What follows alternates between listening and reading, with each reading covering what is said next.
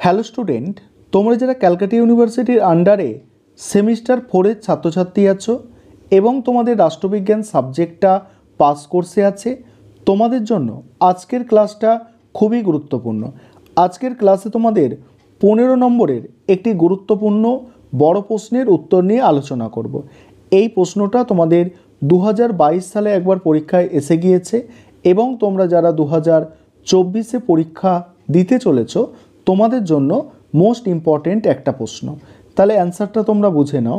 প্রশ্নটা কি আছে, দ্বিতীয় ঠান্ডা লড়াইয়ের ক্ষেত্রে দাঁতাতের বিবর্তন বিশ্লেষণ করো। অ্যান্সারটা দেখবে 1970-এর দশকে মার্কিন যুক্তরাষ্ট্র ও সোভিয়েত ইউনিয়ন এই দুই মহাশক্তির মধ্যে পারস্পরিক উত্তেজনা প্রশমন ঘটিয়ে আন্তর্জাতিক রাজনীতির ক্ষেত্রে একটা বিশেষ মাত্রা যোগায়।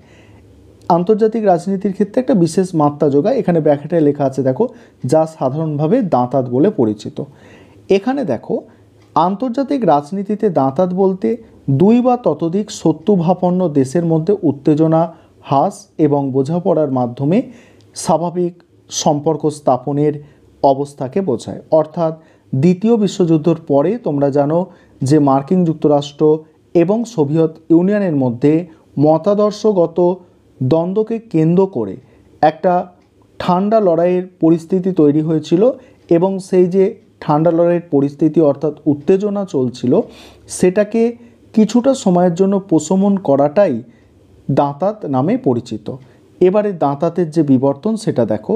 দাঁতাতের প্রক্রিয়া ঠিক কখন থেকে শুরু হয়েছিল সে নিয়ে বিশেষজ্ঞদের মধ্যে মতবিরোধ লক্ষ্য করা যায়। কারো কারো মতে দাঁতাতের শুরু গত শতকের 50-এর দশকের মাঝামাঝি থেকেই, যখন সোভিয়েত প্রধানমন্ত্রী নিকিতা ক্রুশ্চেভ বিশ্ব শান্তি ও শান্তিপূর্ণ সহাবস্থানের নীতি বাস্তবায়নের জন্য মার্কিন যুক্তরাষ্ট্রের সঙ্গে আলোচনার প্রস্তাব দেন। তবে বেশিরভাগ বিশেষজ্ঞদের মত হলো 1962 সালে কিউবা সংকটের পরিপ্রেক্ষিতে যে আণবিক যুদ্ধের সম্ভাবনা তৈরি হয়েছিল, তখন উভয় পক্ষই তাদের নিজ নিজ অবস্থান থেকে সরে এসে নমনীয় দৃষ্টিভঙ্গির পরিচয় দিলে সংকট প্রশমিত হয়। পূর্বেকার অনমনীয় অবস্থান থেকে এই সরে আসার ব্যাপারটি তারা দাঁতাত নামক অধ্যায়ের সূচনা বলে চিহ্নিত করেছেন। পরের পার্টটা আলোচনা করব এই প্রশ্নর। তার আগে একটা বিষয় তোমাদের বলার আছে, তোমাদের জন্য সেমিস্টার 4-এর স্টাডি মেটেরিয়াল তৈরি করা হয়েছে। তোমরা যদি কেউ স্টাডি মেটেরিয়াল পারচেস করতে চাও এই নম্বরে যোগাযোগ করতে পারো, 912300005218। আরেকবার দেখবে নাম্বারটা 912300005218। আমাদের স্টাডি মেটেরিয়ালের প্রাইস অর্থাৎ দাম যেটা রাখা হয়েছে সেটা হচ্ছে 400 টাকা। এর মধ্যে তোমরা কী পাচ্ছ, 10 নম্বর এবং 15 নম্বরের প্রশ্নের সাজেশান প্লাস উত্তর, এবং তোমরা 1 নম্বরের প্রশ্নের ক্ষেত্রে সাজেশান সহ অ্যান্সার পাচ্ছ এবং প্রিভিয়াস ইয়ার্সের প্রশ্নের সলিউশন অর্থাৎ সলভ তোমরা পেয়ে যাচ্ছ। দেখো তার পরের পার্টে কি বলা হচ্ছে, যে 1960-এর দশকের শেষ ভাগে আণবিক অস্ত্রের প্রসারের রোধ, মহাশূন্য সমুদ্র তলকে আণবিক অস্ত্র প্রতিযোগিতা থেকে মুক্ত রাখা ইত্যাদি বিষয়ে মার্কিন যুক্তরাষ্ট্র ও সোভিয়েত রাশিয়ার মধ্যে আলোচনা শুরু হয় এবং রুশ মার্কিন সম্পর্ক ক্রমশ উন্নত হতে থাকে। 1971 সালে অক্টোবরে মার্কিন রাষ্ট্রপতি নিক্সন এর সঙ্গে সোভিয়েত নেতা দেখো ব্রেজনেভ এর বিশেষ সাক্ষাৎকার ঘটে মস্কোতে। 1971 থেকে 1973-এর মাঝে উভয় পক্ষের মধ্যে বেশ কয়েক দফা আলোচনা হয়। রাষ্ট্রপতি নিক্সনের উত্তরসূরি দেখো জেরাল্ড ফোর্ড ও নিক্সনের পথ অনুসরণ করে 1975 সালের মধ্যে বেশ কয়েকবার সোভিয়েত নেতৃবৃন্দের সঙ্গে আলোচনায় বসেন। প্রসঙ্গত 1972 সালে 26শে মে মস্কোতে নিক্সন ও ব্রেজনেভ দুটি গুরুত্বপূর্ণ দলিল স্বাক্ষর করেন। দলিল দুটি ছিল স্ট্র্যাটেজিক অস্ত্রের নিষিদ্ধকরণ সম্পর্কিত। এইভাবে দাঁতাতের পরিস্থিতি দৃঢ়তর হতে থাকে। তারপরে বলা হচ্ছে, প্রসঙ্গত উল্লেখযোগ্য, দাঁতাত বলতে শুধু রুশ মার্কিন ঘনিষ্ঠতাকে বোঝায় না, চীন মার্কিন সম্পর্কের উন্নতিও দাঁতার সৃষ্টির অবদান জুগিয়েছিল। চীন ও রাশিয়া দুটি কমিউনিস্ট দেশ হওয়ার সত্ত্বেও স্তালিনোত্তর যুগে তাদের মধ্যে সম্পর্ক অতিশয় তিক্ত হয়ে ওঠে।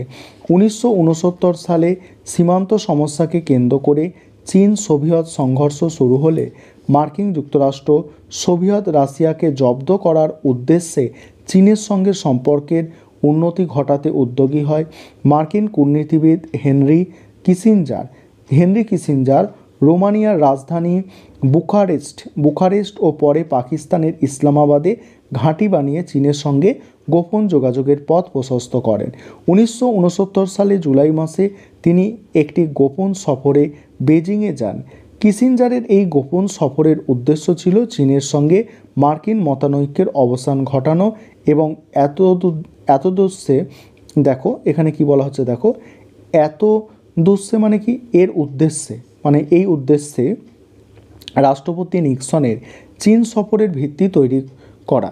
1972 সালে 21শে ফেব্রুয়ারি নিক্সন চীন সফরে যান এবং সাংহাই ঘোষণাপত্রে স্বাক্ষর করেন।